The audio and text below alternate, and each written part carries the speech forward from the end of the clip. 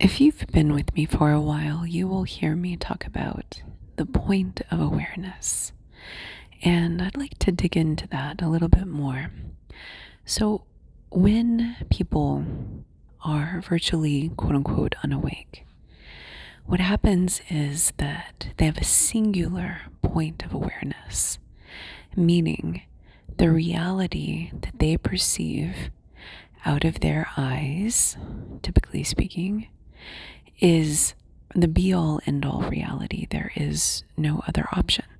And when they are particularly unhealed or they lack something called theory of mind is the ability to put yourself in somebody else's perspective. And there are some people that are highly adept at this. In fact, they can spin in circles inside their head because they put themselves and other people's perspectives so much that they actually lose sight of themselves. And these type of people tend to be highly sensitive, very forgiving, sometimes doormats in the extreme, and highly empathetic. They have a tendency to attract people who don't always share their perspective taking abilities. Not always, but this is where you can get into the typical narcissist borderline dynamics. Although I'm not a big fan of those labels, but they're helpful to communicate certain societal concepts. There is a polarity of attraction, and if you are the type that tends to give and give and forgive and give and give and give and to see the other person's side, then you'll find yourself bending over backwards. And sometimes you're with people who are relatively clueless and happy to keep taking and taking and taking. But let's go back to those who do not have theory of mind. What happens is the reality that they perceive is the only reality that exists. And that's it. And they don't understand how the mind works. They don't understand how the perceptual system works. And they don't understand how it can be influenced, how it can be primed, how it can be defunct in some cases, how it can actually be pigeonholed from an experience in childhood or a certain upbringing. These frame of references that we have are often given to us by our early childhood experiences. And so when people are relatively or completely unconscious and unawake, there is no flexibility in how they see things, because how they see things is what is. You see what I mean? And there's not an additional function running in their cognition that even stops to consider that the way they perceive things is actually more fluid than they realize. And when they don't consider how the mind works and how it's actually fallible, it is indeed, and how it's easily tricked. Optical illusions are a great indication of that. You can absolutely be tricked. And in the face of ambiguity, what happens is that there's a default setting that we all have. And when people are unawake, they don't ever examine their default setting. And so then they transpose on top of this ambiguity. It could be A or it could be B. And they're like, it's A. It's always A. It's always A. Even when they are presented with B, they turn it into A. Isn't that remarkable? It's amazing. So this is a fairly linearized function, I believe, that is reminiscent of people in binary societies that are still undergoing significant expansion in consciousness and perceptual ability. For example, let's say that you live in a society and a place and time where extrasensory phenomenon are considered to be ludicrous, then in the presence of extrasensory phenomenon, either in yourself or in somebody else, you will have a tendency to say, that doesn't exist. Sorry, that doesn't exist. And then you overwrite the reality. You overwrite it and you maintain the status quo. But imagine for a moment that indeed in secret facilities underground, that for decades, scientists and a certain select group of organizations across the world have known about these abilities. This is documented. This is actually documented. And they're feverishly studying it with great intrigue and amusement at people who are like, no, it doesn't exist. And so imagine for a moment being presented with B. No. So there is a certain examination to understanding how information is processed and given to you and reiterated throughout culture and society. And a lot of people don't question this. This is what the Enlightenment expansion journey is, the consciousness expansion journey. You start to think about thinking. And thus, as a result, your point of awareness, where you're sitting in your body, is no longer just behind your eyes, right? All of a sudden, it's like, if you think of our cognition as a really fancy computer script, let's just say.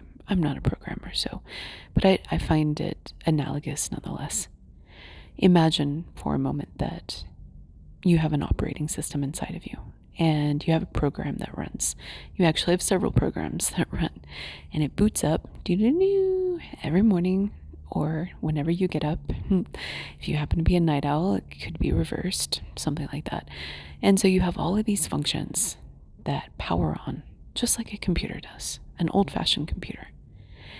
And imagine for a moment that normally speaking, when you are, quote, unawake or unconscious, you're kind of like a chatbot, meaning you can go out and you can function in the world and you can talk to other people, but your faculties relative to some of the sophisticated AI that would eventually come on the market, depending on your space and time point, your faculties are kind of, parroting.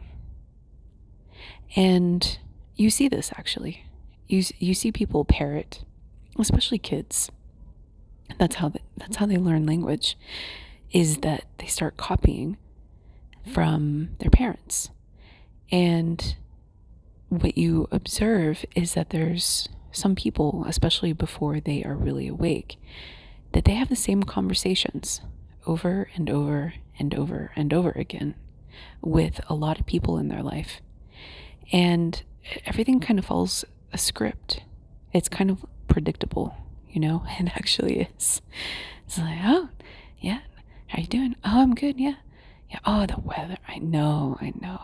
And you have a certain selection of weather topics. Did it rain? Did it snow? What was the temperature like? What was the wind like? And you have a certain sphere of language concepts that you pull up like a chatbot, and you have certain questions that you also pull up, and you have this back and forth. And the world operates normally, actually, just like that. And so what happens is that when you start to awaken and expand your cognition, you all of a sudden have new programs installed. And your point of awareness changes. Meditation is great for this.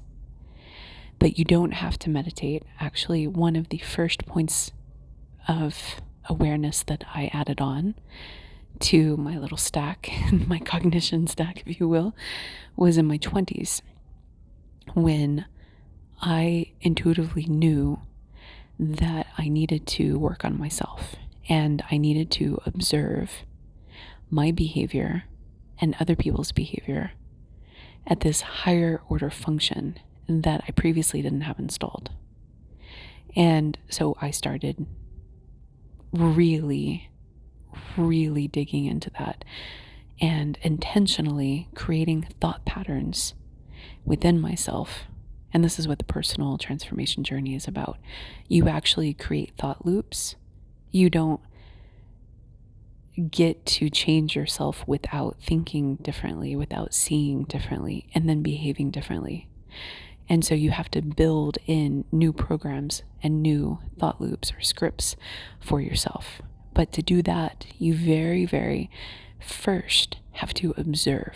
So the very first quote unquote function, if you're neurohacking your cognition, is that you want to create another seat of awareness that is above your eyes, looking down at you, behaving in the world, operating in the world, and observing and taking notes.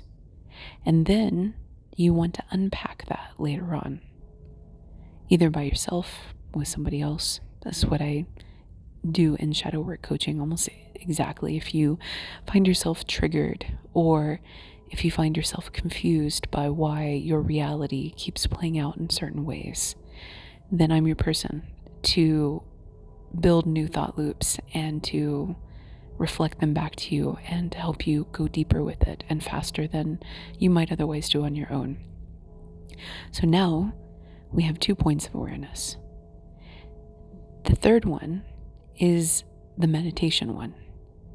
And this one is really interesting because it opens up a point of awareness beyond your material world, and sometimes into other worlds, if you can see past Maya. And it's really fascinating because you can go even further beyond just 1 or 2 or 3 other worlds. You can actually go into the cosmos, and you can start taking the perspective of source, and you can return back to source. This is also a really great function of psychedelic ceremonies, if you're not aware. But everybody has a different experience in psychedelic ceremonies, so it's not a promised thing, but it definitely facilitates that type of experience, being able to see things from a much higher perspective, beyond just this lifetime. And so now imagine that you're an experienced meditator who also has a lot of personal insight. As a result, you're no longer a chatbot, because you start building the way you're thinking in your mind. You start understanding yourself. You start understanding other people. And then you start changing the scripts. You're no longer just a set of automatic functions. I wake up, scratch my right butt cheek on the way to the bathroom. I walk on the wood planks that creak. I brush my teeth. I shower. I do it in this order. I do it in this way. I always do the same thing. And then, I change what I have for breakfast, of course. Maybe, depending on how regimented you are. I make coffee. You get into this flow of your life. Oh, look, somebody's calling. Hey, yeah, how's it going? Yeah, oh, yeah, how's the weather there? Yeah, oh, okay, yeah, Or we could take it another step further. You go to work and everything's routine there. You have a Monday check-in meeting, and there's a certain subset of topics that you draw from, like a chatbot, and it doesn't change a lot, even though the scripts might be a little bit different. It's still kind of contained, It's still kind of contained. If we were to look at the database of probable conversation threads and topics and emails that you conversed in on a day-to-day basis, before you're really awake, it doesn't really change a lot. That's my personal opinion. That's my personal observation. And complexity is not indicative of being awake, you know? Oh, of course, we're talking about movies and things on TV and the cultural programming. That's a lot of discussion, of course, yes.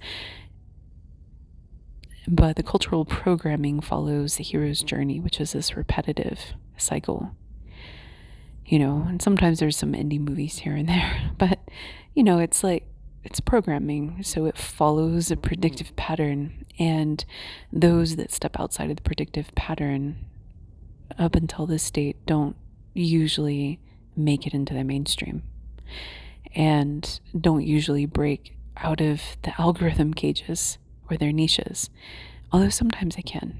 I don't want to put limitations, but you see what I mean, because when it's 2 standard deviations beyond the cultural norm, most people don't like it.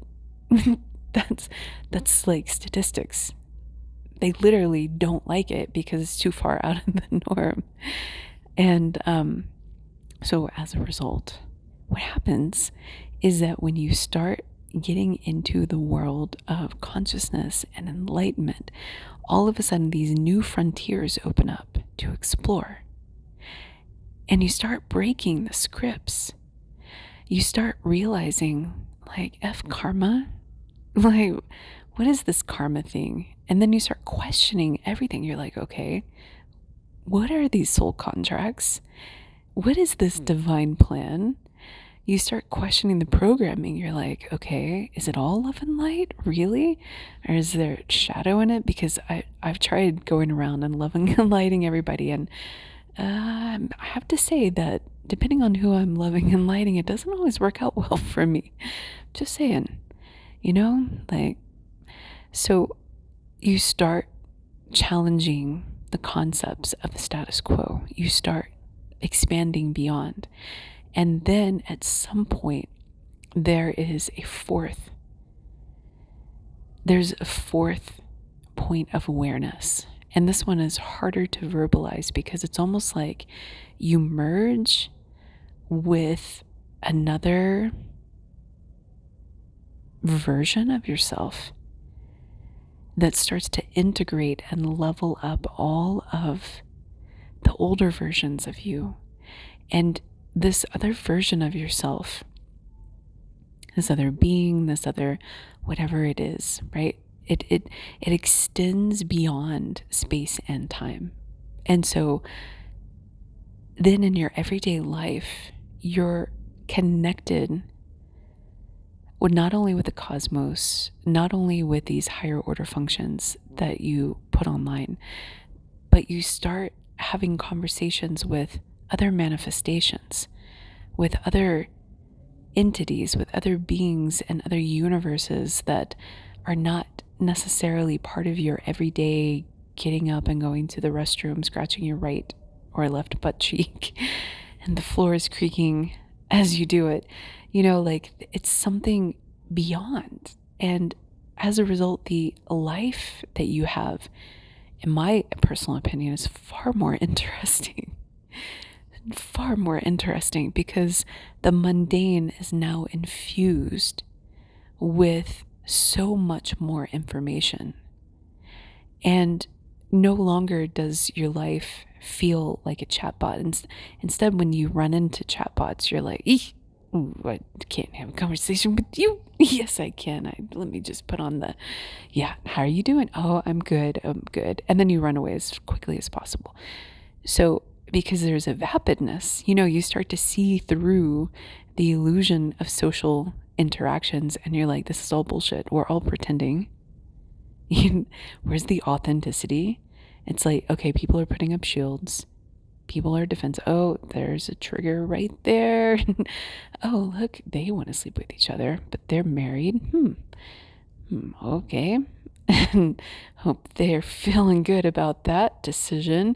You know, like, you just see past all of the mirages. And so as a result, the social dynamics become so funny. I really mean it. They actually become really funny. And because it's it's like a play. It's like we're all playing roles, and it's predictable, and everybody's hiding. And, there's people at the party, they don't want to be there. They clearly don't want to be there, but they're putting on the smile and they're like, doing the social graces thing. And you're like, why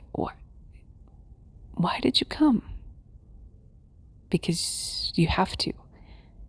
Why? Because somebody's feelings are going to be hurt. Okay. All right.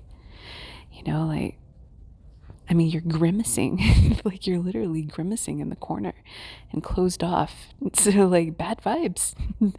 Like, if it's my party, you don't have to come if you don't want to. Just saying, if you're not feeling up for it, if you're not feeling the vibes, you really don't have to, and I'm not going to be offended. There was a time that I would have been, but not anymore, because I'm like, please only come if it resonates. So there's another level of awareness that you get to break through, which makes things so much more interesting. That's what I mean.